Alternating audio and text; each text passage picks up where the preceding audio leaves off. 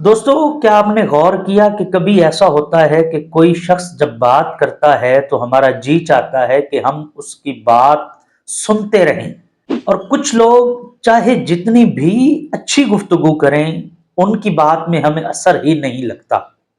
आखिर ऐसा क्यों होता है?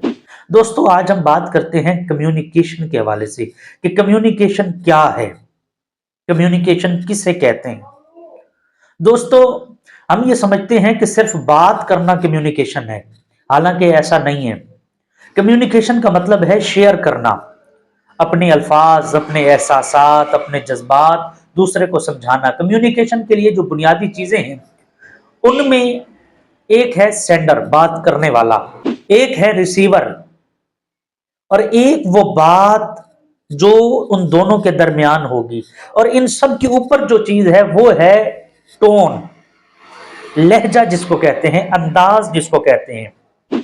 अगर हम सही बात भी गलत लहजे से करेंगे तो वो सही बात भी गलत हो जाती है। लोग हमारे अल्फाज भूल जाते हैं, हमारा लहजा याद रखते हैं।